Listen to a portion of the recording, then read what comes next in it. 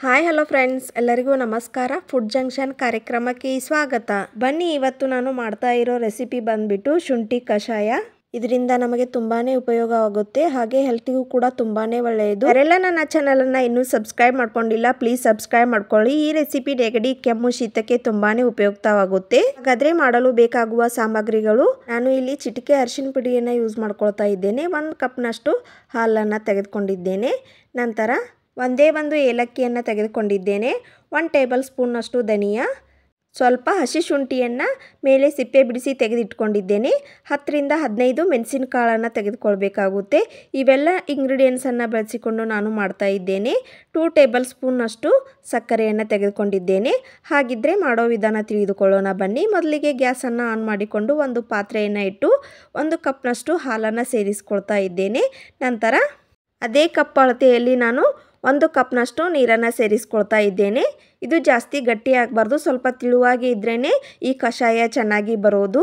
Friends, ಈ ಶುಂಠಿ ಕಷಾಯ ಮೇನ್ ಏನಂದರೆ ಜಾಸ್ತಿ ಗಟ್ಟಿಯಾಗಿ ಇರಬಾರ್ದು, ಜಾಸ್ತಿ ತಿಳುವಾಗಿ ಇರಬಾರ್ದು, ಮೀಡಿಯಮ್ನಲ್ಲಿ ಇರಬೇಕು.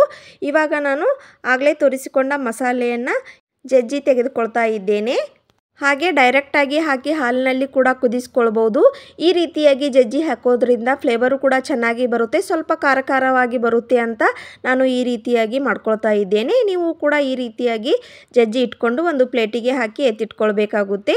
ನೋಡಿ, ಈ ರೀತಿಯಾಗಿ ಪೇಸ್ಟ್ ರೆಡಿಯಾಗಿದೆ. ಇದನ್ನು ಒಂದು ಪ್ಲೇಟಿಗೆ ಸೇರಿಸ್ಕೊಳ್ತಾ ಇದ್ದೇನೆ. ಇವಾಗ ಇದು ರೆಡಿಯಾಗಿದೆ. ಇದನ್ನು ಹಾಲಿಗೆ ಸೇರಿಸ್ಕೊಂಡು 5 ನಿಮಿಷ ಚೆನ್ನಾಗಿ ಕುದಿಸ್ಕೊಳ್ಬೇಕಾಗುತ್ತೆ. ಫ್ರೆಂಡ್ಸ್, ನಾವು ಇದನ್ನು ಎಷ್ಟು ಚೆನ್ನಾಗಿ ಕುದಿಸ್ಕೊಳ್ತೀವೋ ಅಷ್ಟೊಂದು ಚೆನ್ನಾಗಿ ಫ್ಲೇವರ್ ಕೂಡ ಬರುತ್ತೆ.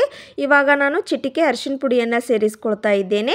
ನಂತರ ಸ್ಪೂನ್ನ ಸಹಾಯದಿಂದ ಒಮ್ಮೆ ಈ ರೀತಿಯಾಗಿ ತಿರುಗಿಸಿಕೊಳ್ಳಿ.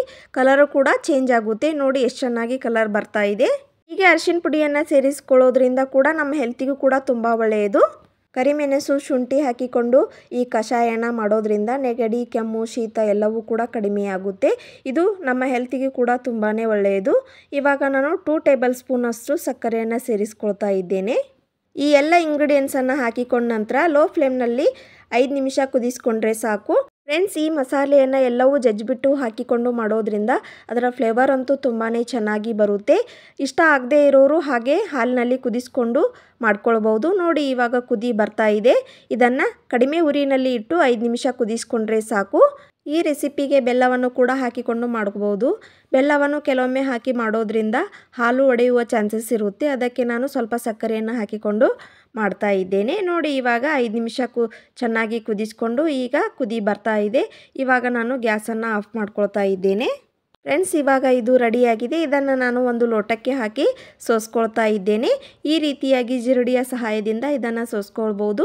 ನೋಡಿ, ಎಷ್ಟು ಚೆನ್ನಾಗಿ ಕಲರ್ಫುಲ್ಲಾಗಿ ನಮ್ಮ ಶುಂಠಿ ಕಷಾಯ ರೆಡಿಯಾಗಿದೆ. ನೀವು ಕೂಡ ಒಮ್ಮೆ ಈ ವಿಧಾನದಲ್ಲಿ ಟ್ರೈ ಮಾಡಿ. ಈ ಕಷಾಯನ ಕುಡಿಯೋದ್ರಿಂದ ಕೂಡ ನಮ್ಮ ಆರೋಗ್ಯಕ್ಕೆ ತುಂಬ ಒಳ್ಳೆಯದು. ನೋಡಿ, ಇವಾಗ ನಾನು ಸರ್ವ್ ಮಾಡ್ಕೊಂಡು ತೋರಿಸ್ತಾ ಇದ್ದೇನೆ. ನೆಗಡಿ, ಕೆಮ್ಮು, ಶೀತ ಇರೋರು ಖಂಡಿತ ಈ ರೆಸಿಪಿಯನ್ನು ಒಮ್ಮೆ ಟ್ರೈ ಮಾಡಿ. ಹೇಗೆ ಬಂತು ಅಂತ ಕಮೆಂಟ್ ಮಾಡಿ. ಈ ವಿಡಿಯೋ ನಿಮಗೆ ಯಾವುದೇ ಒಂದು ಕಾರಣಕ್ಕಾದರೂ ಇಷ್ಟ ಆಗಿದ್ದರೆ ಪ್ಲೀಸ್ ಲೈಕ್ ಮಾಡಿ, ಶೇರ್ ಮಾಡಿ. ಇನ್ನಷ್ಟು ಈಸಿ ರೆಸಿಪಿಗಾಗಿ ನನ್ನ ಚಾನಲನ್ನು ಸಬ್ಸ್ಕ್ರೈಬ್ ಮಾಡಿಕೊಳ್ಳಿ. ಮುಂದಿನ ಇಂಟ್ರೆಸ್ಟಿಂಗ್ ರೆಸಿಪಿಯೊಂದಿಗೆ ಮತ್ತೆ ಸಿಗ್ತೀನಿ. Keep watching. Thank you.